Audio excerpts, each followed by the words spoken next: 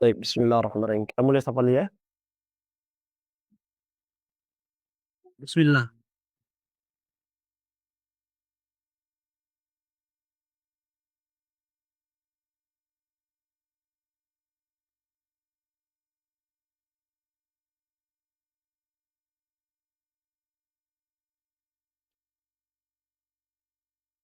Baik, bismillahirrahmanirrahim. Assalamualaikum warahmatullahi wabarakatuh.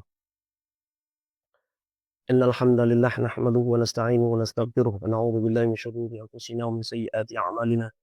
May yahdihillahu fala mudilla lahu wa may yudlil fala hadiya lahu. Asyhadu an la ilaha illallah wahdahu la syarika lahu wa asyhadu anna sayyidana Muhammadan abduhu wa rasuluh. Allahumma shalli wa sallim wa barik ala sayyidina Muhammadin wa alihi wa sahbihi ajma'in. Allahumma la ilma lana illa ma 'allamtana subhanaka la ilma lana illa ma 'allamtana innaka antal alimul hakim. Alhamdulillah, syukur kita kepada Allah. Para asatidz, para masyayikh, melanjutkan murajaah terhadap kitab Minhaj Talibin, syarahan Syekhna Mustafa Abdul Nabi. Terakhir kita sudah masuk dalam pembahasan sunnah-sunnah wudhu, dan kita sudah bahas beberapa di antara sunnah wudhu. Sunnah wudhu itu banyak, ya kan? Sampai sebagian ulama mengatakan sunnah itu sampai 50 sunnah. Di antaranya siwak yang sudah kita jelaskan. Kemudian yang kedua, insyaallah kita baca pada malam hari ini, dimulai dari permasalahan tentang bismillah. Faqala rahimahullahu ta'ala wa nafa'ana bihi wa ulumi masyayikhina fid dharain. Allahumma amin. Wat tasmiyatu awwalahu fa in taraka fa fi athnaihi. Sunnah berikutnya adalah membaca tasmiyah, membaca basmalah di awal berwudu. Kalau seandainya dia tinggalkan sengaja maupun terlupa, maka boleh gunakan dengan kata taroka, ya. Fa fi athnaihi, maka dianjurkan mengucapkan dan membaca basmalah itu di pertengahan wudu. Baik, dalam permasalahan tasmiyah ini ada 3 hal penting yang akan kita bahas. Yang pertama adalah tentang waktu membaca tasmiyah kapan. Yang kedua kaifiyat membacanya. Yang ketiga adalah lafaznya. Maka waktu atau kaifiyatnya adalah dibaca ketika awal berwudu dan dibarengi dengan niat yang sunnah. Kemarin kita bahas bahwa di awal wudu, supaya wudu kita, perkara-perkara sunnah yang kita lakukan, seperti membasuh tangan, masukkan air ke dalam mulut, kemudian masukkan air ke dalam hidung, madmadah dan istinsyak, dihitung kesunahannya, maka kita berniat di awal itu. Maka membaca basmalah diiringi ketika itu langsung dengan 3 hal, yaitu membaca basmalah, kemudian membaca basmalah, kemudian diiringi dengan membasuh tangan. Kemudian setelah itu, sebelum selesai membasuh tangan, kita berniat di dalam hati untuk melakukan kesunahan wudu. Maka dalam hati kita berniat, pertama berniat kita untuk melaksanakan sunnah wudu, lalu mengucapkan bismillah atau bismillahirrahmanirrahim. Lalu yang ketiga kita lafazkan lafaz niat di sana. Nawaitu al-wudu atau nawaitu raf'al hadatsil asghar atau nawaitu ada al-wudu atau nawaitu raf'al hadatsil asghar, nawaitu fardhul wudu dan seterusnya yang sudah kita bahas. Maka yang dimaksud dengan niat didahulukan dibaca, ya, dari 2 tangan. Jadi niat dimulai daripada 2 tangan. Maksudnya adalah ucapan niat itu lebih didahului daripada ketika membasuh 2 tangan. Maksudnya adalah didahulukan ucapan niat sunnah wudu ini sebelum selesai membasuh kedua tangan. Artinya, kalau sekarang kita sedang membasuh kedua tangan dan ketika itu sedang berniat sunnah wudu, maka sah. Yang tidak boleh dan tidak mendapatkan kesunahan adalah bahwa setelah kita membasuh tangan baru hati kita berniat untuk melaksanakan sunnah wudu. Maka ini tidak mendapatkan sunnah wudu. Maka tata caranya yang dianjurkan supaya kita mendapatkan pahala sunnah wudu dan pahala perbuatan-perbuatan sunnah ini dikerjakan secara tertib. Maka pertama dengan cara membaca basmalah diiringi dengan membasuh tangan. Dan sebelum selesai ucapan membasuh tangan ini, hati kita sudah berniat untuk melaksanakan wudhu tersebut. Maka di sini ada beberapa permasalahan. Yang pertama adalah kalau seandainya kita tinggalkan ucapan tasmiyah, baik sengaja maupun secara lupa. Oleh karena itu, oleh Al-Imam An-Nawawi menggunakan takbir dengan taroka, fa'in taroka. Kalau seandainya, maka jika dia meninggalkan amdan au sahwan, baik sengaja maupun lupa, maka dianjurkan dia membaca basmalah ini ya di tengah-tengah. Kalau seandainya di tengah-tengah juga lupa, ya, di tengah-tengah juga lupa, dan ingatnya sudah di ujung-ujung uduk kita, bawahnya ketika kita membasuh kaki atau pertengahan masuk kaki atau sebelum membasuh kaki, maka tetap dianjurkan untuk membaca basmalah. Tapi kalau seandainya sudah selesai kita membasuh kaki, artinya perbuatan berikutnya nggak ada lagi, yang ada adalah qaul saja, yaitu niat zikir. Asyhadu an la ilaha illallah wa asyhadu anna Muhammadan abduhu wa rasuluh sampai akhir, Allahumma ij'alni minat-tawwabin sampai akhir. Dan itu belum diucapkan. Apakah masih tetap dianjurkan membaca basmalah? Maka di sini ada khilaf para ulama. Pendapat yang muktamad dalam mazhab kita mengatakan bahwa kalau seandainya sudah selesai membasuh kaki, maka tidak dianjurkan lagi membaca basmalah. Karena wudu itu adalah af'al, perbuatan. Sedangkan perbuatan sudah selesai dengan membasuh kaki. Tapi sebagian ulama mengatakan tidak. Wudu itu juga terdiri daripada af'al dan aqwal. Termasuk zikir setelah wudu, yaitu asyhadu an la ilaha illallah, dan doa wudu itu termasuk bagian dari wudu juga. Artinya kalau seandainya kita ingat belum membaca basmalah ketika sudah selesai membasuh kaki, yaitu af'al, dan belum mengucapkan doa atau zikir sesudah wudu, tetap dianjurkan untuk membaca basmalah. Ini pendapat kedua, pendapat utama yang pertama tadi. Dan ini berbeda kasusnya kalau seandainya kita lupa membaca basmalah di tengah-tengah makan atau di permulaan makan. Kalau wudu, seandainya lupa di awal, silahkan baca di tengah. Ya, kalau udah selesai wudu, ya tidak ada lagi sunnah membaca basmalah. Berbeda kalau seandainya makan, dianjurkan membaca di awal makan. Kalau seandainya lupa, dianjurkan di tengah-tengah. Kalau seandainya lupa pula di tengah-tengah membaca basmalah, udah selesai makan, bahkan udah selesai minum, tetap dianjurkan kita membaca basmalah. Faedahnya kata para ulama, yaitu agar syaitan yang ikut makan bersama kita ketika tadi tidak membaca basmalah, memuntahkan makanan yang mereka makan bersama kita. Sehingga tidak ada keberkahannya kalau kita makan tanpa basmalah tentunya. Adapun lafaznya, yang ketiga, adalah minimal mengucapkan bismillah. Dan maksimal mengucapkan atau kamalnya adalah bismillahirrahmanirrahim. Kemudian selanjutnya,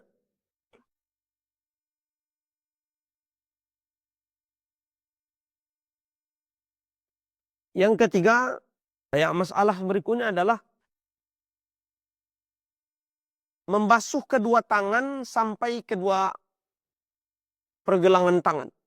Ya, membasuh kedua tangan sampai kedua pergelangan tangan. Artinya dianjurkan membaca basmalah itu dibarengi dengan niat di dalam hati. Maka urutannya adalah pertama, hati kita berniat. Kemudian lisan kita membaca basmalah, bismillahirrahmanirrahim. Dan itu diiringi dengan membasuh kedua tangan sekaligus. Berarti ada 3 perbuatan yang beriringan sekaligus yang dilakukan di awal wudu itu. Hati berniat melakukan sunnah wudu, kemudian tangan membasuh kita sedang proses membasuh tangan, dan ketika itu membaca basmalah. Maka ada beberapa masail di sini. Pertama, dianjurkan membasuh kedua tangan, ya, dua-duanya secara serentak. Tidak tertib, ya, kanan dulu atau kiri, tidak. Dianjurkan serentak. Yang kedua, dianjurkan membasuhnya 3 kali.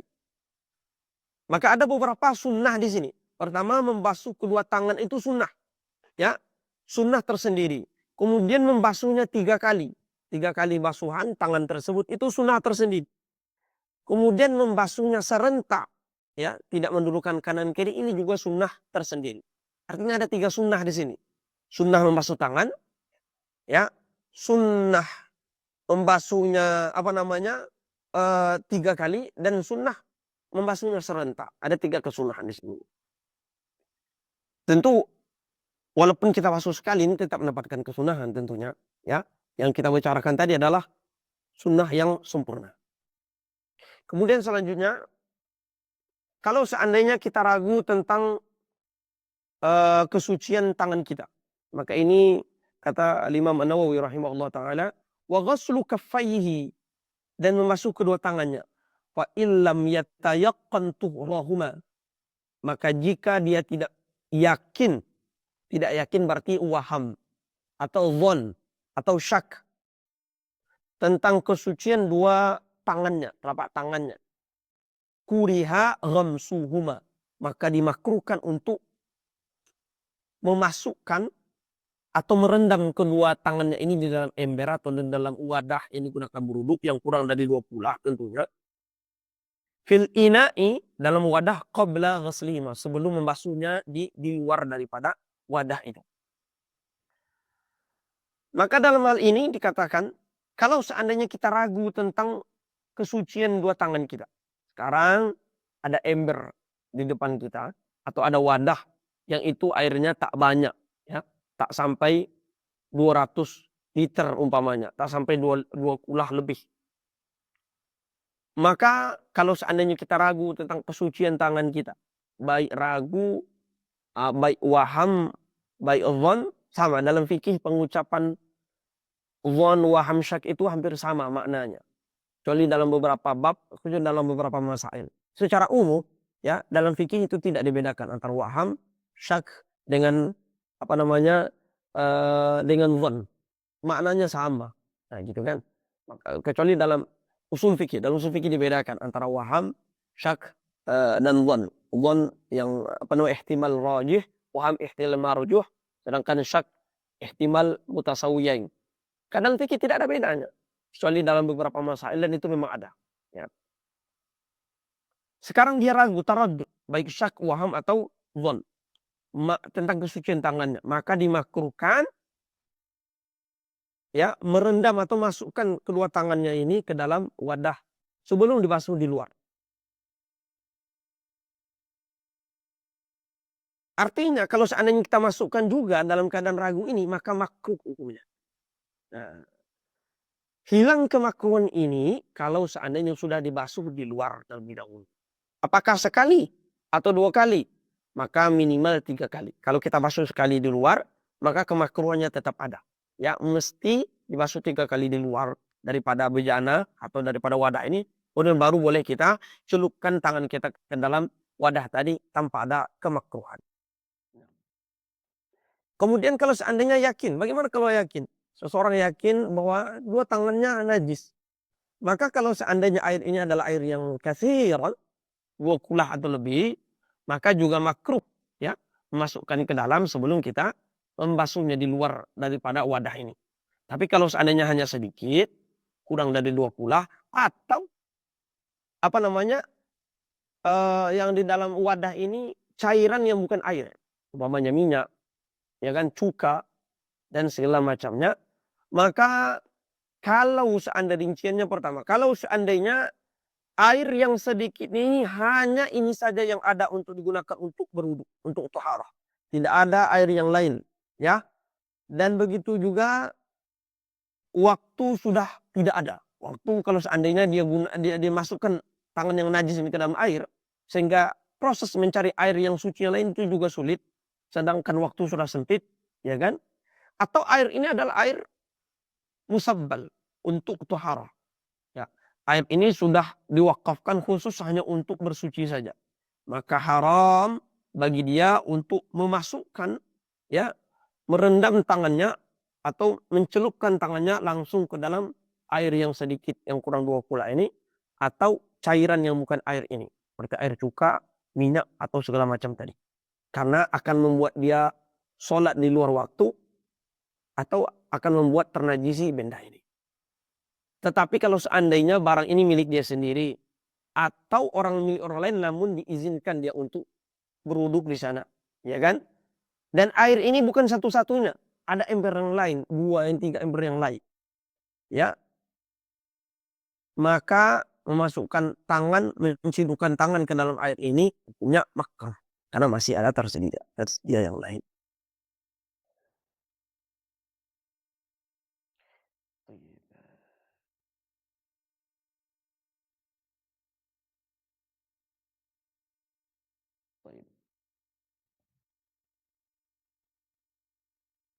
Jadi membaca basmalah seperti yang kita sebutkan tadi, ya, eh, diiringi dengan membasuh kedua tangan sampai 2 siku ini adalah mandub, disunnahkan.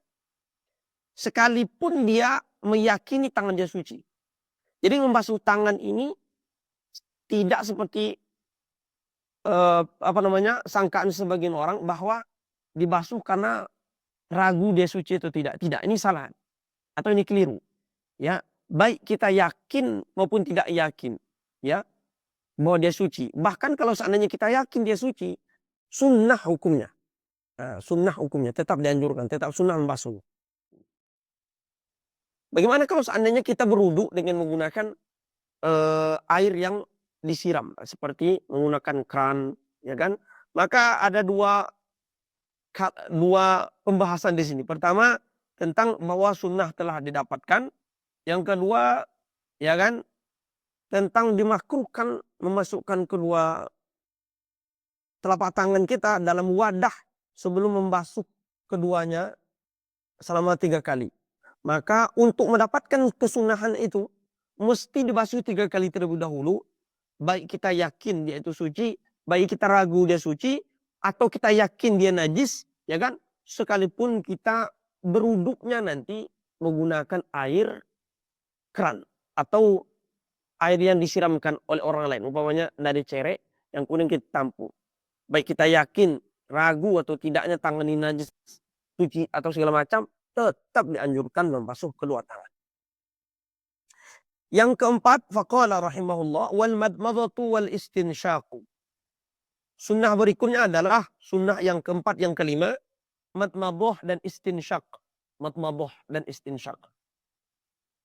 Wal azharu anna faslahuma afdalu. Madmadah dan istinsyaq. Madmadah ini artinya adalah madmadah diambil dari kata al-mad. Al-mad ini artinya adalah wad'ul ma' fil fam, meletakkan air di mulut. Maka sunnah dalam madmadah itu sudah didapatkan dengan hanya meletakkan air di mulut. Jadi dengan hanya kita letakkan air di mulut itu sudah ada sunnahnya. Kemudian berikutnya kalau seandainya kita putar-putarkan air di dalam itu, maka ada sunnah kedua. Kemudian kita keluarkan air itu, ya, kita majukan air itu, ada sunnah yang ketiga. Berarti ada 3 sunnah dalam madmadah. Pertama masukkan air ke dalam mulut, yang kedua memutarnya di dalam, yang ketiga adalah mengeluarkannya. Ya. Jadi apa terjemahan madmadah ini yang tepat? Wallahu alam. Kalau diterjemahkan kepada berkumur-kumur, ya, maka maksudnya berkumur-kumur yang sedang. Karena madmadah ini, ya, didapatkan hanya dengan memasukkan air dalam mulut. Kita letakkan air dalam mulut, kemudian kita keluarkan atau kita telan. Udah dapat kesunahan madmadah.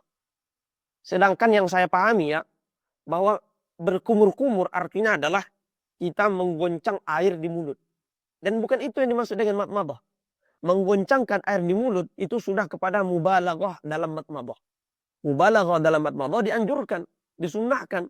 Tetapi asal dari kata madmadah itu adalah wad'ul ma' fil fam, hanya meletakkan air, memasukkan air ke dalam mulut. Baik dikeluarkan, baik digoncang di dalam, baik ditelan, terserah. Ini disebut dengan madmadah.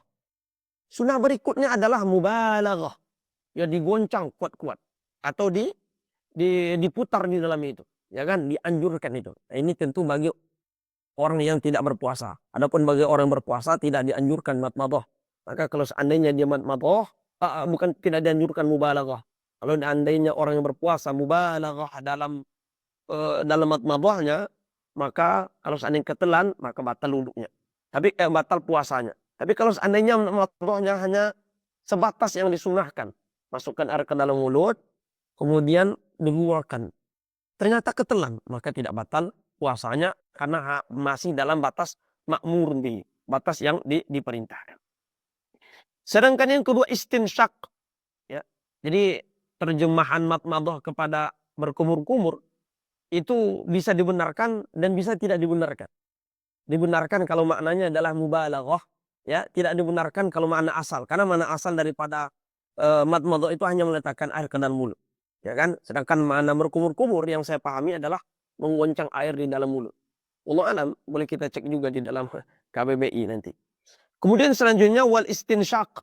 Istinsyaq itu diambil dari kata an-nashq. An-nashq itu artinya syammul ma, menghirup air. Itu artinya an-nashq, al-istinsyaq, ya. Sin dan ta untuk tolak. Maka sunnah istinsyaq sudah didapatkan dengan hanya menyampaikan air ke dalam hidung. Dimasukkan air ke dalam hidung, ini sudah dapat kesunahan istinsyaq. Sunnah kedua dengan cara ditarik dengan nafas. Ditarik dengan nafas. Sunnah ketiga an-nasr, al-istinsar, dikeluarkan. Berarti ada 3 kesunahan juga di sini. Pertama, memasukkan air ke dalam hidung. Yang kedua, sunnahnya ditarik dengan nafas. Sunnah ketiga adalah dikeluarkan lagi.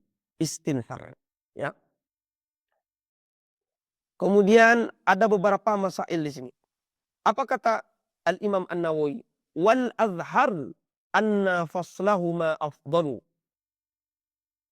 Ummal asahhu, dan yang afdal bahwa madmadah dan istinsyaq dipisah. Ya. Madmadah dulu kemudian baru istinsyaq. Karena ada pendapat yang kedua mengatakan madmadah istinsyaq itu sekaligus. Kemudian pendapat yang ashah, yumadmidu bi ghurfatin thalathan, dia madmadah dengan satu ghurfah, satu celupan air 3 kali. Kemudian istinsyaq dengan celupan air 3 kali juga. Wa yubalighu fihi ma ghairu sha'im, dan bermubalaghah dia pada madmadah dan istinsyaq, ya kan, kecuali bagi orang yang berpuasa. Maka masalah yang pertama adalah ikhtilaf para ulama tentang kaifiyat yang paling afdal. Ada 2 qaul di sini. Oleh karena itu Al-Imam Nawawi mentakbirkan dengan kata al-azhar. Karena khilafnya antara qaul Imam Syafi'i dengan qaul Imam Syafi'i sendiri. Maka beliau katakan ada 2 pendapat di sini. Ya, 2 qaul di sini. Qaul pertama mengatakan bahwa al-faslu bainal madmadah wal istinsyaq afdal. Memisah, ya,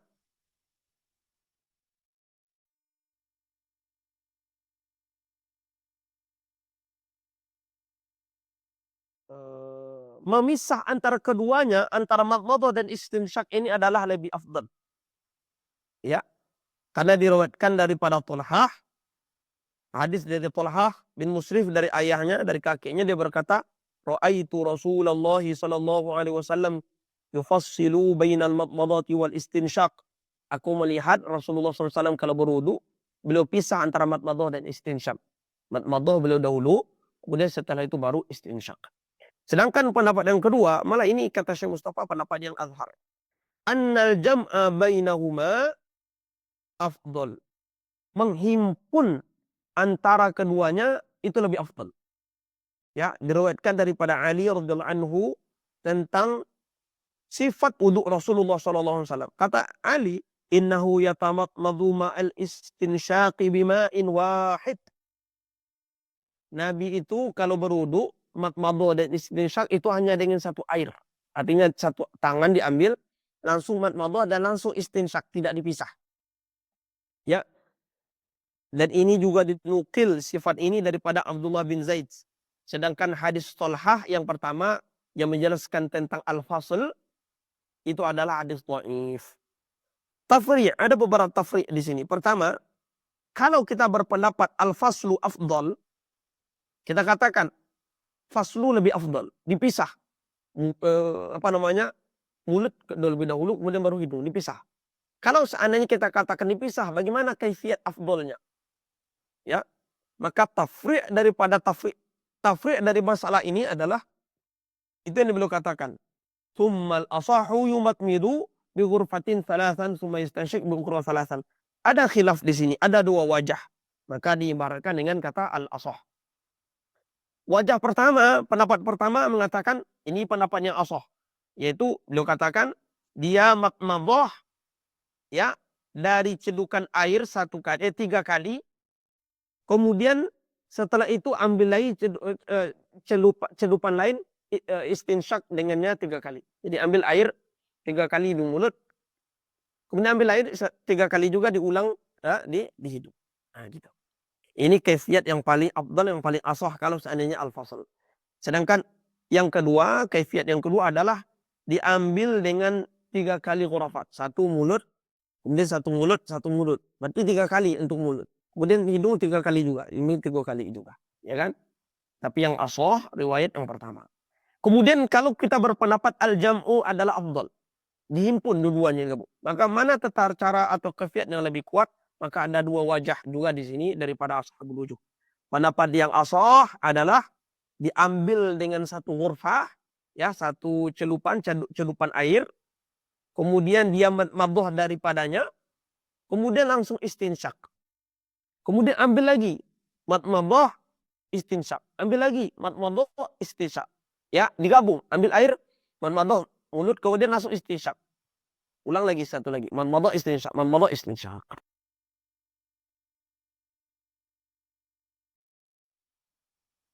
Kemudian tata cara yang kedua kebalikannya. 1 air itu, ya, 1 cedupan air itu, ya kan, digunakan untuk madmadah 3 kali. Kemudian istinsyak 3 kali juga. Kemudian masalah berikutnya adalah antara madmadah dan istinsyak ini tentu didahulukan madmadah, kemudian baru istinsyak. Ada tartib di sini. Antara madmadah baru istinsyak. Tartib di sini adalah tartib yang mustahak. Jadi tartib itu ada 2. Dalam sunnah wudu atau dalam perkara wudu ada 2 jenis tartib. Pertama namanya tartib mustahabun. Yang kedua adalah tartib mustahakun. Tartib mustahabun maknanya adalah kalau seandainya yang kedua kita kerjakan, ya, terakhir, lebih awal, harusnya B letak yang kedua, ya kan? A letak yang pertama. Sekarang yang B kita letakkan di awal, ya kan? Maka tetap sah perbuatan ini, tetapi kita tidak mendapatkan kesunahannya saja. Ya kan? Karena tartibnya cuma mustahab di sini. Seperti menundukkan tangan kanan dan tangan kiri. Mana yang lebih afdol? Menundukkan tangan kanan baru tangan kiri. Andai kita dahulukan tangan kiri, tidak dahulukan tangan kanan, maka tidak mendapatkan istihbabnya, tidak dapatkan anjurannya. Tapi tetap sah basuhan kita. Ya kan? Basuhan kaki kanan dan kiri. Dianjurkan kanan baru kiri. Tetapi kita dahulukan kiri, maka tidak dapat istihbabnya, tidak dapat anjurannya. Namun tetap sah. Tapi kalau seandainya tartib mustahak, ya kan? Tartib mustahak mesti didahulukan yang A baru yang B untuk keabsahan. Kalau seandainya B didahulukan, ya kan, dari A, maka ada yang tidak sah di sana, kecuali yang sah hanya bagian kedua saja. Seperti kita dahulukan istinsyak baru madmadah. Ya, kita kerjakan istinsyak, kemudian baru madmadah. Yang sah itu hanya istinsyak saja. Ya, yang harusnya ini adalah bagian kedua, kita letakkan di tertib yang pertama. Kita masukkan air ke dalam hidung, kemudian kita masukkan air ke dalam mulut. Maka basuhan madmadah, bukan masukkan air ke dalam mulut atau madmadah, ini dianggap tidak dapat pahala. Yang dapat hanya istinsyak saja. Begitu juga umpamanya ketika kita langsung madmadah sebelum kita memasuk kedua tangan. Maka madmadah sah, sedangkan memasuk tangan yang kedua kita lakukan setelah madmadah itu tidak mendapatkan pahala lagi.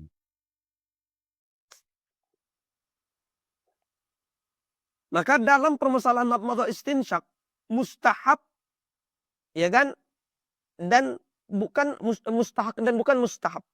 Tetapi ulama Syafi'iyah al-mutaakhirun itu khilaf.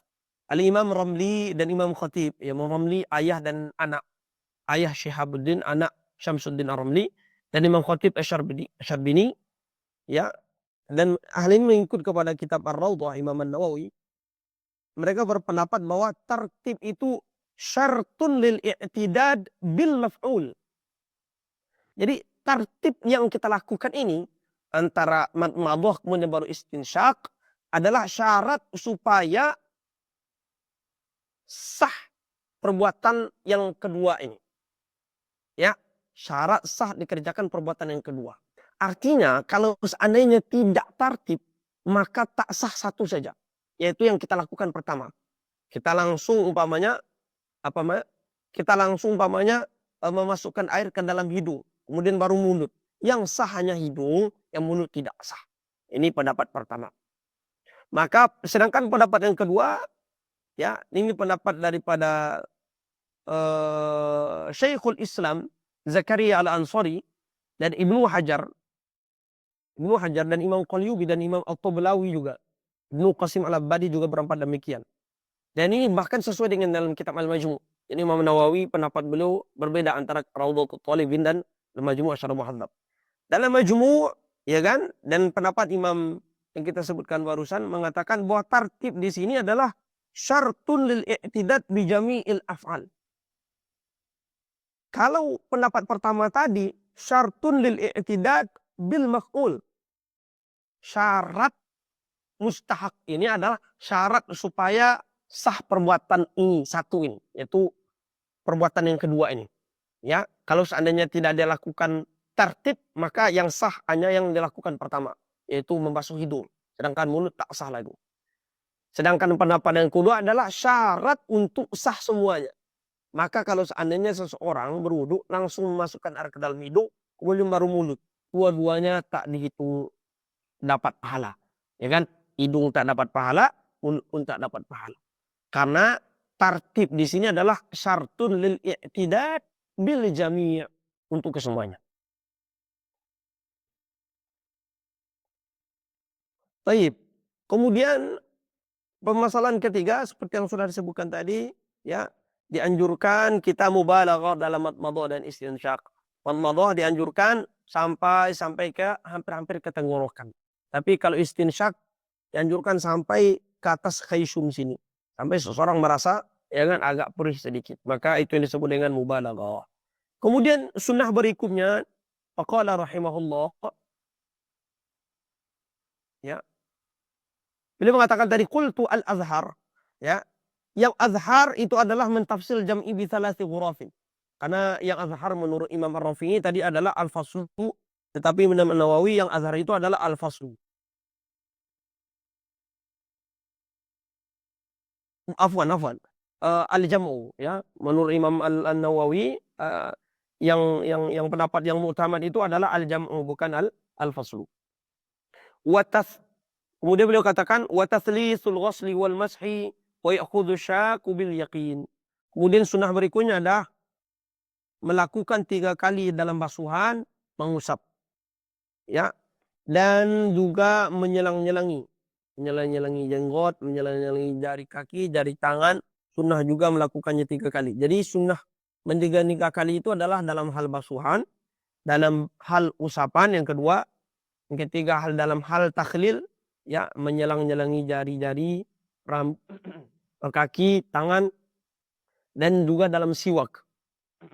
Begitu juga dalam azkar, menurut sebagian ulama dalam azkar, ya, seperti membaca basmalah, juga tasyahud di akhirnya, ya, sebagaimana disebutkan dalam Tuhfatul Muhtaj dan juga dalam Imdad. Dan selain keduanya. Bagaimana kalau niat? Apakah dianjurkan tathlis juga bagi niat? Maka tidak. Bagi niat tidak dianjurkan tathlis. Kenapa dianjurkan tathlis dalam semua ini? Dalam al-ghuslu, dalam al-maslu, dalam at-takhlil, ya, dalam al-azkar, dalam tasyahud. Karena umum hadis yang datang dari Nabi SAW bahwa Nabi SAW dikatakan tawaddu'a talatan, berwudu 3 kali. Apa mana wudu di sini? Al-ghuslu, al-masru, at-takhlil, ya, al-azkar wa hakadha.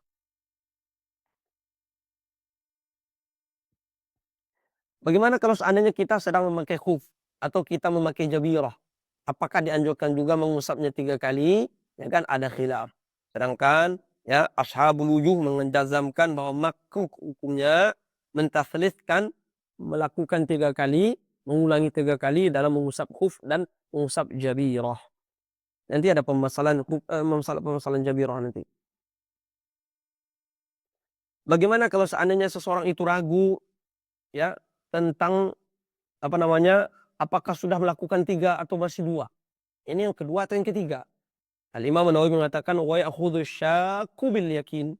Orang yang ragu apakah sudah 3 atau belum, maka ambil yang yakin. Ambil yang sedikit. Ini 2 atau 3, ambil 2. Berarti lakukan tambah satu lagi. Ya, sebagaimana kita ragu dalam sholat dan seterusnya. Kalau seandainya kita kerjakan lebih dari 3, maka kebalikannya adalah makruh. Ya. Kalau dikerjakan 4, 5 ke atas, maka ini hukumnya makruh. Makruhnya adalah dengan syarat pertama, kalau dia berniat wudhu. Jadi sudah basuh ketiga, masih dia berniat membasuh itu untuk dalam rangka wudhu. Maka ini yang disebut dengan makruh. Tapi kalau seandainya dia basuh yang keempat, yang kelima, seterusnya hanya untuk sekedar membasuh saja, ya bukan sekedar apa namanya untuk berdingin-dingin, umpamanya karena hari panas, untuk bersejuk-sejuk, untuk tujuan tabarrud, atau tidak ada niat wudhu sama sekali, sudah dia hilangkan niat wudhu sama sekali, maka hilang kemakruhan ya basuhan yang keempat atau yang kelima ini. Al-Imam Az-Zarkashi mengatakan hal ini mestinya adalah kalau seandainya seseorang berwudhu dengan air yang mubah atau air yang dia miliki sendiri. Tapi kalau dia berwudhu dengan air yang diwakafkan untuk berwudhu atau air yang memang diletakkan umpamanya di ribat-ribat yang diwakafkan untuk keperluan seperlunya berwudhu dan seterusnya, maka lebih daripada 3 itu adalah haram hukumnya. Ya, kita berwudhu kita di masjid lebih daripada 3. Sedangkan air di masjid itu diwakafkan hanya untuk berwudhu. Tentu wudhu itu hanya 3. Maka haram hukumnya. Ya kan? Karena tidak diizinkan oleh syariat atau tidak diizinkan oleh yang punya. Kemudian selanjutnya adalah wa mashu kulli ra'sihi thumma udhunayhi fa in asura raf'ul imamati kammala bil mashi 'alaiha. Mengusap semua kepalanya, kemudian semua telinganya. Kalau seandainya sulit mengangkat imamahnya, maka dia sempurnakan usapan di atas imamah tersebut. Masalah berikutnya atau sunnah berikutnya adalah isti'abur ra'si bil mas'i. Mengusap ra'si dengan mas'i. Ya. Isti'ab ini maknanya adalah menyeluruh ya. Artinya ketika mengusap kepala diusap semuanya. Ini juga salah satu dalilnya adalah khurujan minal khilaf. Karena mazhab al-Imam Malik rahimahullah wajibkan bahwa mesti diusap semua kepala. Ya kan? Karena makna dari ayat wamsahu biruusikum adalah lil kulli. Sedangkan mazhab Syafi'i tidak. Wamsahu biruusikum ya kan alba ketika masuk ke dalam muta'addid maknanya litab'id. Maka makna ayat wamsahu biruusikum adalah ba'dha ruusikum atau ba'da sya'ri. Yang wajib diusap itu hanya sebahagian saja. Maka dalam hal ini, dalam masalah isti'abur ra'si bil masih, mengusap semua kepala ini ada 2 masalah. Pertama, tentang kaifiyat al-isti'ab. Kaifiyat al-isti'ab adalah disatukan jari sebabah kita, jari telunjuk kita, ya kan? Kemudian jari jempol kita diletakkan pada pelipis. Kemudian ditarik ke belakang, kemudian itu juga ditarik ke depan. Ya, ini tentu bagi orang yang memiliki rambut yang standar. Adapun orang yang tak punya rambut, sama sekali botak, atau rambutnya itu panjang seperti perempuan, ya kan? Maka cukup sekali saja ke belakang tentunya. Itu dihitung 1. Kalau seandainya kita rambut standar, ya tidak terlalu pendek dan tidak terlalu panjang, standar. Karena kalau terlalu pendek, ya kan, atau botak, atau terlalu panjang, maka dengan sekali ke belakang sudah dihitung 1. Tapi kalau seandainya rambut kita standar, dengan ke belakang, ke depan itu baru dihitung 1. Disunahkan melakukannya sampai 3 kali. Yang kedua, kalau seandainya kita memakai imamah atau memakai qopiyah, ya, atau memakai hijab atau segala macam, yang sulit kemudian kita membuka imamah itu, membuka qopiyah kita, ya kan? Sedangkan kita dianjurkan untuk isti'ab. Ya, dianjurkan untuk isti'ab. Bagaimana jalan keluarnya? Maka pertama adalah usap bagian yang wajib terlebih dahulu. Kemudian setelah itu sempurnakan dengan mengusap imamah atau kopiah itu. Ya, kopiah atau kopiah itu. Syaratnya apa? Syaratnya pertama bahwa imamah di atas imamah itu tidak ada darah kutu umpamanya, atau darah kepinding atau darah najis yang lainnya. Yang kedua, dia mengusap ya di bahagian yang memang bahagian di kepala, ya. Dia tidak usap bagian yang luar daripada pada kepala. Kan ada kok sorban orang itu sampai ke bawah. Bagian bawah sorban yang zail dan seterusnya itu tidak diusap. Mesti hanya yang bagian di kepala saja. Yang ketiga, memakainya dalam keadaan mubah. Artinya tidak memakai dalam keadaan maksiat. Kalau seandainya yang dipakai ini adalah punya orang lain, ya, dicurinya imamah orang lain, maka tidak dianjurkan. Karena perkara yang mengusap di atas imamah ini adalah perkara rukhsah. Dan rukhsah itu tidak bisa digunakan untuk perkara yang maksiat. Ya. Ar-rukhasu la tu'atu la bil ma'asi. La tunatu bil ma'asi. Ya, sebagaimana kaidah. Kemudian selanjutnya ketika dia mengusap imamah atau kopiah itu, dia tidak boleh mengangkat tangannya tentunya. Kalau sudah mengangkat tangan, maka air atau basahan yang ada di tangan itu sudah menjadi mustakmal. Artinya umpamanya dia usap bagian yang wajib, udah langsung disempurnakannya bagian imamah, ya, bagian sorban kepala yang ada di atas kepalanya. Kemudian selanjutnya faqala rahimahullah, na'am, wa thumma udhunaihi, kemudian dua kepalanya. Apa namanya? Dua telinganya. Yakninya dua telinga zahir dan batin 3 kali. Zahir dan batin 3 kali. Ya. Ada beberapa masalah di sini. Pertama, tentang kaifiyat yang dianjurkan ketika kita mengusap telinga. Ya, yaitu dengan cara dimasukkan telunjuk kita ke dalam. Dengan masukkan telunjuk dia apa namanya? Mengusap semua bagian-bagian yang ada di telinga dalam, bagian batin. Kemudian yang luar juga mengusap bagian yang luar. Kemudian setelah itu istizhar. Dia basuh tangan atau tangan ini dibasahi kemudian diletakkan di bagian telinga seperti ini. Ini namanya istizhar atau ihtiyatan. Ya, setelah diusap 3 kali, kemudian diusap juga dengan bagian telinga ini istizhar 3 kali juga. Kemudian selanjutnya tertib antara kepala dengan telinga. Ini juga tertib mustahak. Artinya kalau seandainya kita berwudu, setelah membasuh muka, membasuh tangan, langsung kita membasuh telinga. Kemudian baru kepala.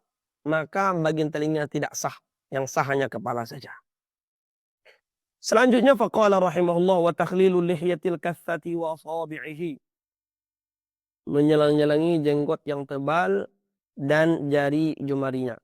Ya, jenggot-jenggot yang tebal dan juga aritnya, brewoknya juga dianjurkan untuk diselang-selangi. Begitu juga rambut-rambut wajah yang lain yang keluar dari bagian wajah, ya, kumisnya panjang, yang keluar dari bagian wajah juga dianjurkan untuk ditakhlil, diselang-selangi. Adapun rambut-rambut yang di wajah perempuan yang tebal, yang keluar dari wajah, maka sesuai dengan khilaf yang sudah kita bahas sebelum ini. Ya kan? Maka kalau orang yang berpendapat wajib menyampaikan air ke bawah, ya, maka dia juga mewajibkan menyelang-nyelangi bagian zahir dan batinnya. Adapun yang mengatakan cukup bagian zahir saja untuk yang diusap atau yang dibasuh, ya kan? Maka mereka mengatakan mentakhlil di sini juga sunnah. Kemudian masalah berikutnya adalah waktu yang dianjurkan menyelangi jenggot itu adalah di selang-selang basuhan atau setelah kita selesai membasuh muka itu secara sempurna.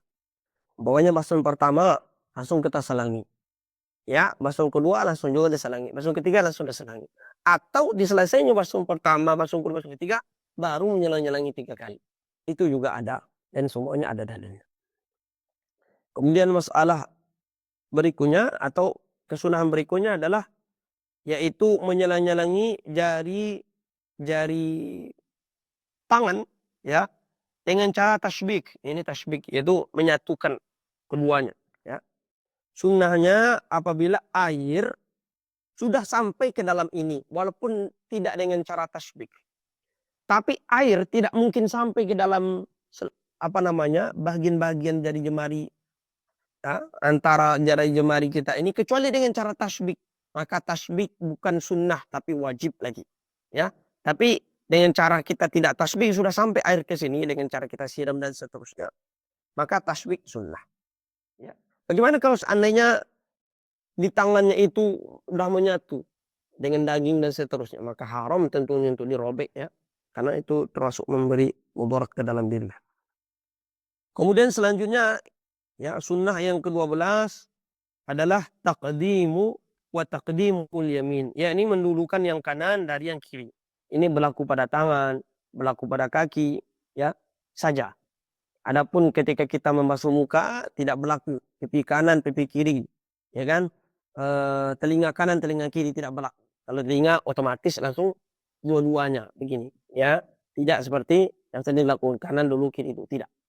Ya. Kecuali bagi orang yang terpotong tangannya umpamanya. Ya, terpotong tangannya dan dia tidak bisa ya untuk tentunya langsung bagaimana?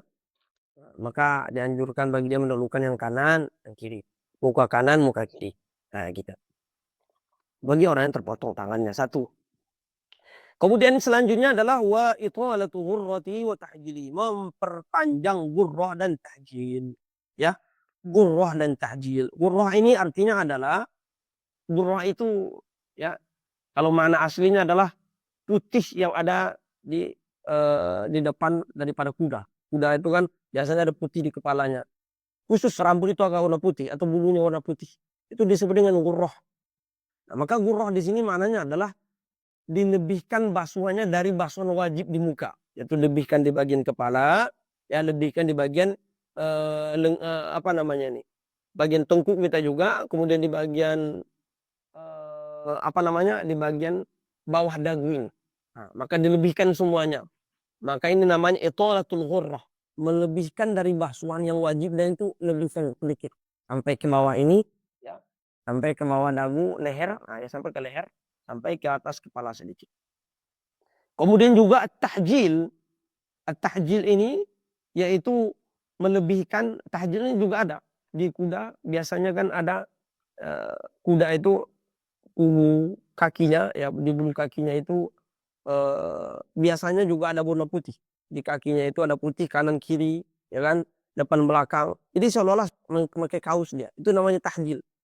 Maka maksudnya adalah memperpanjang atau melebihkan basuhan ketika membasuh tangan dan kaki.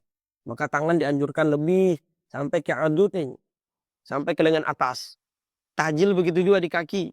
Di kaki juga dilebihkan sampai ke betis. Nah gitu. Maka itu dianjurkan, disunnahkan. Rasulullah SAW mengatakan nanti umatku dibangkitkan dalam keadaan ghurran muhajjalin. Dalam keadaan terang. Dan salah satu kemuliaan atau kekhususan umat Rasulullah SAW adalah adanya ghurrah muhajjalin. Adapun wudu itu bukan khususiat umat Rasulullah. Ya, ini menurut pendapat rajih, wudu ini juga dianjurkan bagi umat-umat sebelum kita. Sedangkan ghurrah muhajjalin termasuk khasais umat Rasulullah sallallahu alaihi wasallam. Kemudian selanjutnya adalah wal muwalatu wa aujabahal qadim. Muwalah. Ya, apa hukum muwalah? Hukum muwalah khilaf. Menurut pendapat yang jadid dan ini pendapat yang mu'tamad adalah sunnah sebagaimana yang dimasukkan oleh Imam Nawawi dalam perkara sunnah di sini. Sedangkan pendapat qadim Imam Syafi'i mengatakan muwalah itu wajib baik bagi orang yang salim maupun orang yang zu darurah, baik orang yang sehat maupun orang yang zu darurah seperti mustahadah, sulusul baul, sulusul rih dan yang lainnya. Maka muwalah hukumnya sunnah. Muwalah ini artinya adalah mutaba'ah. Mutaba'ah yakninya masuk kita kepada perkara berikutnya sebelum kering perkara pertama. Jadi ketika kita membasuh muka, setelah itu membasuh tangan. Jadi anjurannya adalah bersegera membasuh tangan, mutaba'ah, sebelum muka kering, ya, dalam keadaan normal, ya.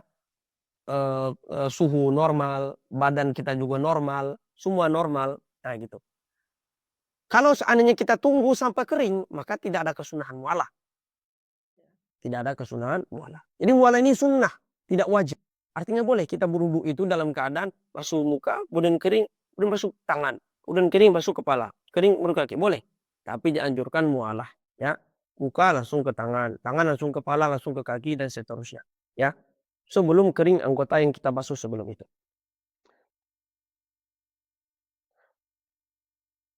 Dan mualah ini juga dianjurkan apa namanya dalam anggota, satu anggota.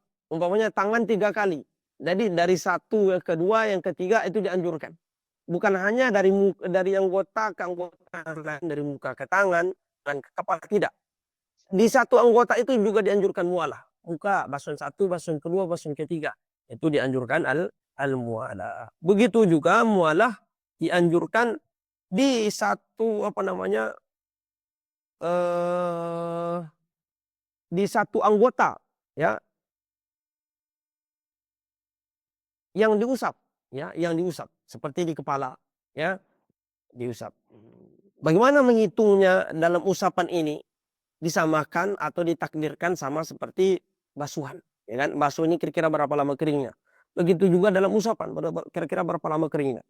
Ya, sebelum itu kering kita lanjutkan kepada basuhan atau usapan berikutnya. Maka ini disebut dengan mualah. Tapi kalau ditunggu sampai kering juga, maka ini namanya tidak adanya mualah. Berarti tidak mendapatkan kesunahan mualah. Dan berikutnya watarkul isti'anah. Sunnah yang ke-15 adalah watarkul isti'anah. Tidak atau meninggalkan meminta tolong. Ya, tidak meminta tolong dalam menuangkan air. Menuangkan air ke kita ketika berwudu, ya, dituangkan. Rupanya pakai cerek dituangkan. Kemudian kita berwudu. Ya, tidak dianjurkan. Itu tidak dianjurkan dan juga tidak dimakruhkan itu. Jadi kalau ada orang yang menuangkan air dari cerek ke kita, kemudian kita berwudu, itu tidak makruh dan tidak dianjurkan. Nah, kalau tidak dianjurkan, tidak makruh, maka hukumnya, ya kan, adalah khilaful aula. Yang kedua, ada juga isti'anah, ya. Isti'anah dalam taghsilil a'dha, dalam membasuh anggota tubuh, ya, anggota wudu, dalam mewudukan kita. Diambil air kemudian dia mewudukan anggota tubuh kita, anggota wudu kita, ya. Bagaimana hukumnya? Kalau seandainya dia punya hajah seperti orang yang pontong tangannya, ya kan? Maka tentu bukan saja sunnah, tetapi malah wajib meminta tolong. Bahkan kalau seandainya dia tidak punya uang, dia tidak apa namanya, tidak bisa membasuh mukanya kecuali dengan membayar orang, wajib dia bayar, ya, dengan uang yang tentu kelebihan daripada harta pribadinya, ya, harta untuk kebutuhan pribadinya dan kebutuhan orang yang wajib dia nafkahi. Tapi kalau seandainya tidak ada hajah sama sekali, tidak ada hajah sama sekali, kemudian minta tolong sama orang untuk mewudui dia. Wudukan. Kawan bro, wudukan saya. Maka hukumnya makruh. Maka ini yang dikatakan para ulama al-isti'anatu makruhatun. Yaitu kalau seandainya fitadzasilil a'dha, bagi orang yang mampu dan tidak ada hajat atau halangan sama sekali. Masalah berikutnya adalah wan nafdhi. Ya, tidak nafdhi, yaitu tidak, ya, tidak mengibaskan, makruh mengibaskan air yang mengotori tubuh. Begitu juga wakata tansyifu fil asah. Begitu juga mengeringkan, dilap. Jadi melap, mengeringkan itu dimakruhkan, ya, dalam berwudu. Jadi ketika kita berwudu, kemudian kita hilangkan air itu cepat-cepat. Yang cara di apa namanya? Dikibaskan atau dengan cara dilap. Ini makruh. Karena menghilangkan asar daripada ibadah itu makruh. Maka sunnahnya dan dibiarkan saja. Kecuali ada alasan-alasan tertentu. Apa umpamanya kita lap alasannya karena terlalu dingin, atau khawatir kalau dibiarkan najis, ada najis yang akan menempel, ya. Atau kalau dibiarkan lama-lama khawatir akan umpamanya kering kulitnya atau memecah kulitnya. Ada orang itu tak bisa lama-lama kena air, bisa pecah-pecah kulitnya, ya kan? Maka tidak makruh, hilang kemakruhannya. Kalau an-naflu, ya kan, mengibaskan tadi, kalau tanpa uzur, ya tanpa uzur sama sekali, nggak ada uzurnya, dikibas-kibaskannya air wudhu tadi. Maka ada khilaf di sini. Imam Ar-Rafi'i mengatakan makruh, ya kan? Sedangkan Imam An-Nawawi dalam Rawdatul Talibin dalam Majmu', dua-duanya dalam kitab ini beliau mengatakan tidak makruh, tapi mubah. Kemudian sunnah berikutnya adalah zikir. Wa yaqulu ba'dahu, berzikir setelah wudhu. Ya, tata caranya adalah mengangkat tangannya, ya, mengangkat tangannya sekira-kira setinggi bahunya atau lebih tinggi daripada bahunya, tidak lebih rendah. Kemudian menghadap ke atas langit walaupun bagi orang yang buta, ya, karena tidak mengikut kepada apa yang dilakukan oleh baginda Rasulullah SAW. Menengok ke langit, mengangkat tangan, kemudian mengucapkan doa dalam keadaan menghadap kiblat. Ya, walaupun kita berwudu tidak menghadap kiblat, walaupun anjurannya menghadap kiblat. Kalau seandainya wudhu kita tidak menghadap kiblat, tetap berdoa dianjurkan menghadap kiblat. Seperti adab-adab doa yang biasa, yang menghadap kiblat dalam keadaan mengangkat tangan, kemudian menghadap ke langit, kemudian kena ucapkan doa tadi yang ada dalam kitab ini. Asyhadu an la ilaha illallah wahdahu la syarikalah wa asyhadu anna Muhammadan abduhu wa rasuluh. Allahumma ja'alni minat tawwabin wa ja'alni minal mutatahhirin. Subhanaka Allahumma wa bihamdika asyhadu an la ilaha illa anta astaghfiruka wa atubu ilaik. Sampai akhir itu dibaca. Ya. Kemudian terakhir kata beliau, wa hadzaftu du'a al-a'dha idz la asla lahu. Aku hadzafkan doa anggota. Imam Ar-Rafi'i menulis di dalam Muharrar doa tentang anggota wudu. Jadi ketika membasuh wajah, Allahumma bayyid wajhi yauma tabayyadu wujuh wa taswaddu wujuh. Ada doanya masing-masing, ya kan? Di dalam Bidatul Mujtahid, dalam Bidatul Hidayah dituliskan Imam Nawawi, Imam Ghazali umpamanya, ya kan? Doa itu kata Imam An-Nawawi tidak aku cantumkan dalam Al-Minhaj. Kenapa? Alasannya idza asla lahu. Karena tidak ada dalil yang kuat untuk kesunahannya. Nah, ya, tidak ada dalil yang kuat untuk kesunahannya. Kata beliau.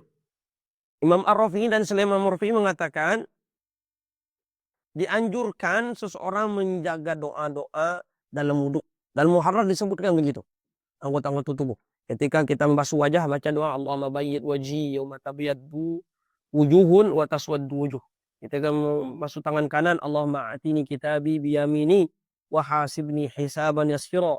Ketika membasuh tangan kiri, Allahumma la tu'tini kitabi bishimali wala min wara'i dhahri. Ketika membasuh kepala, ya, mengusap kepala, maka membaca doa Allahumma harim sya'ri wa bashari 'alan nar. Diriwayatkan juga Allah mahfaz ra'si wa ma hawa wa batni wa ma awa wa ma wa'a, ya. Ketika mengusap dua telinga membaca doa Allahumma ja'alni minal ladzina yastami'una al-qaula fayattabi'una ahsanah.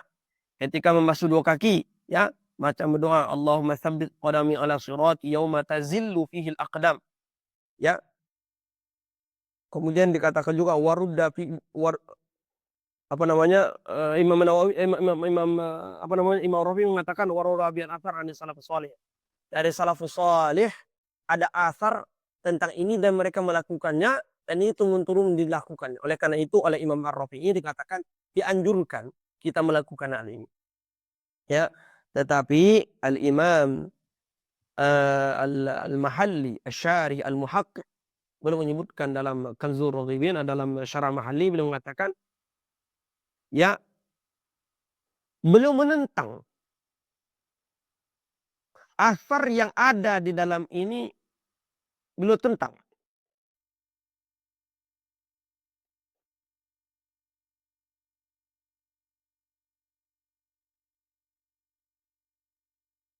Bahwa asar yang dhaifah yang ada dalam, yang diceritakan, yang ada dalam tarikh Ibnu Hibban, yang selain Ibnu Hibban seperti Ibnu Abi Hatim dalam Ilalnya, ya, bahkan Al-Hafidz Ibnu Asakir mengumpulkan satu juzuk tertentu, satu juzuk khusus untuk hanya doa-doa dalam wudu ini saja. Jadi sebagian ulama dalam mazhab kita secara kesimpulan, ya, pendapat pertama mengatakan dianjurkan membacanya karena hadisnya hadis dhaif dan hadis dhaif boleh digunakan untuk fadhailul amal. Sedangkan pendapat yang kedua, seperti pendapat Imam Nawawi, Ibnu Hajar, Asqalani dan seterusnya, tidak diamalkan karena hadisnya sangat-sangat berkesangatan lemah, ya. Sedangkan syarat diamalkan hadis dhaif itu adalah dia tidak syadidud dha'fi. Ya. Kesimpulan yang ketiga, ya dikatakan oleh Imam Al-Azra'i tetap dianjurkan kita membacanya tetapi tidak meyakini kesunahannya, tidak meyakini kesunahannya. Ini disebutkan di dalam kitab Al-I'ab, ya. Al-Imam Ibnu Hajar dalam kitab beliau Al-I'ab, Syarah Al-Ubab, sebutkan penjelasan lengkap di sini, ya. Kesimpulannya seperti yang kita katakan tadi, apa? Ya, saya sebutkan beberapa poin tambahan-tambahannya, bahwa semua hadis yang meriwayatkan tentang anjuran doa-doa dalam wudhu tadi, membasuh anggota wudhu, tubuh anggota wudhu tadi. Ya, kata beliau, inna turuqahu kullaha saqitatun. Semua turuk hadis riwayat yang meriwayatkan hadis-hadis anggota tubuh ini, ya, kata beliau saqitah, semuanya saqitah. Li'annaha la takhlu min kadzdzabin aw muttaham bil kadzib. Gugur semuanya saqitah. Karena ada kalanya dua saja. Perawinya ada kalanya kadzdzab atau muttaham bil kadzib. Kalau kadzdzab tentu maudhu'.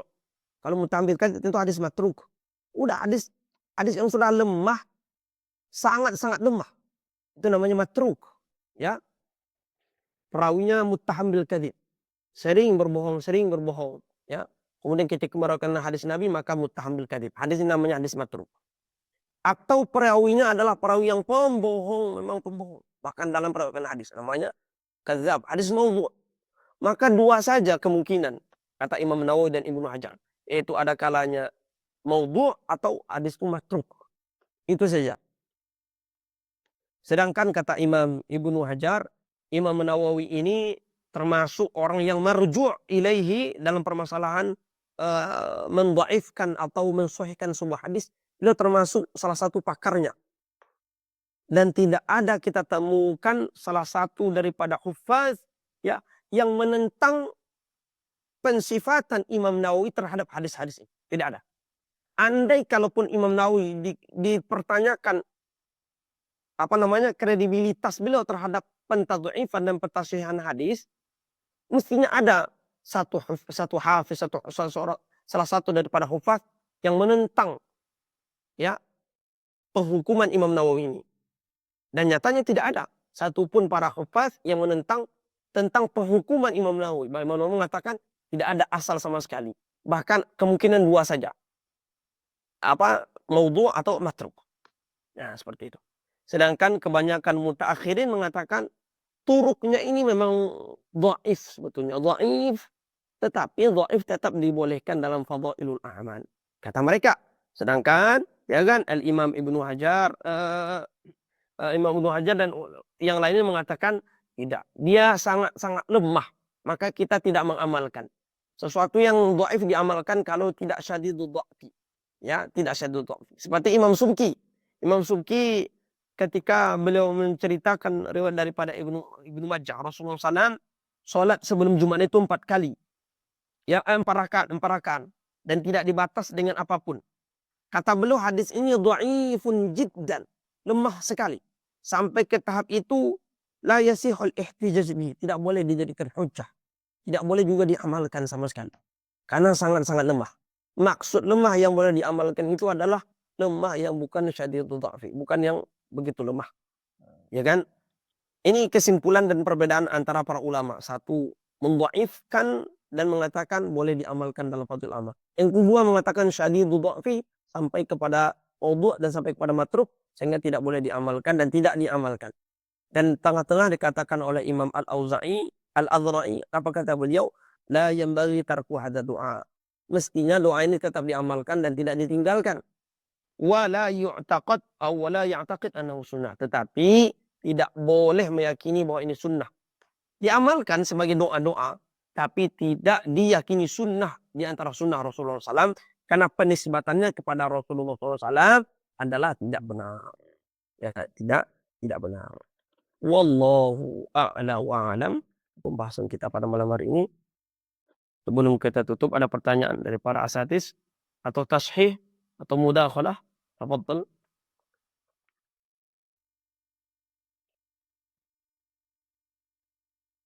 Baik, kalau tidak ada insyaallah kita lanjutkan, pembahasan kita. Insyaallah hari Rabu kita lanjutkan, karena hari Selasa itu kajian lumak bersama Syekh Mustafa.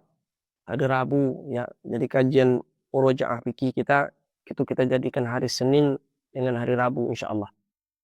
Nah, mohon maaf atas segala kekurangan. Wallahu a'lam wa a'lam. Subhanakallahumma wa bihamdika asyhadu an la ilaha illa anta astaghfiruka wa atubu ilaik.